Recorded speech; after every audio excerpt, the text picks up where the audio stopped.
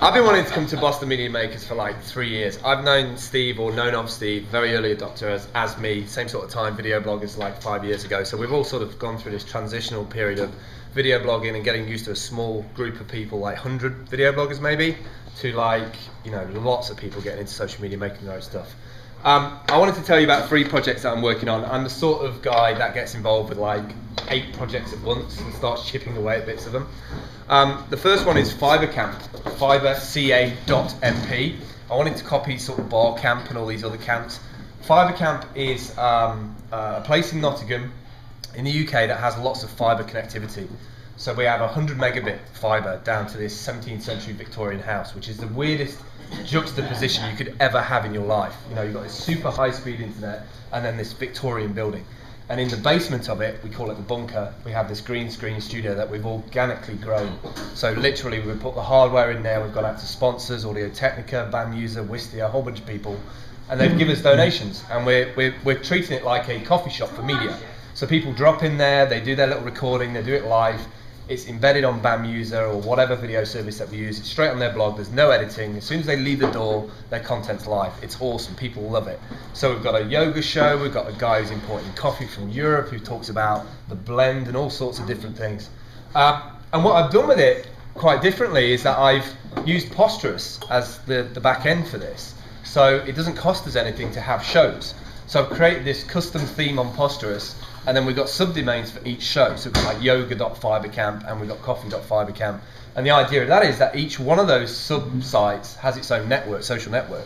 So it might go and post out to 30 different destinations. So instantly what you have then is 10 different sites that can post to lots of places. So we're making our own little mini distribution network by doing that.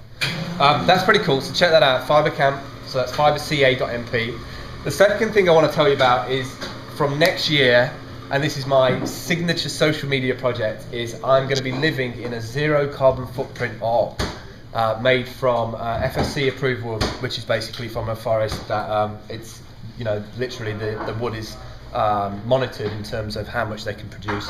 And for 365 days I'm going to live on a university campus in Nottingham, where we're going to monitor energy consumption, we're going to make wind power, we're going to have solar power, it's got a living roof, so we're going to grow stuff on the roof. And we're going to document it every single day using social media, so video, audio, text. And so I'm raising sponsorship for that at the moment from a bunch of different companies, and also crowdsourcing money for it from the community. So that's at helpbuildtheark.com. It's an oval building, it's a 5x5 structure, it's absolutely awesome. It takes 4 weeks to build it. They turn up with all the bits, they put it on the land, they build it up, it's got its own auger, solar shower, and you'll see a transition next year of me as I bring up my 2 or 3 year old, 3-year-old daughter 2 or 3 times a week, because I don't have her all the time. So there'll be this whole interaction about how my daughter's going to react to living in this sort of zero carbon footprint building.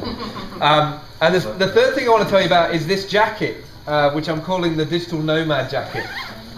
You're talking about bags earlier on and that sort of thing that you're on about.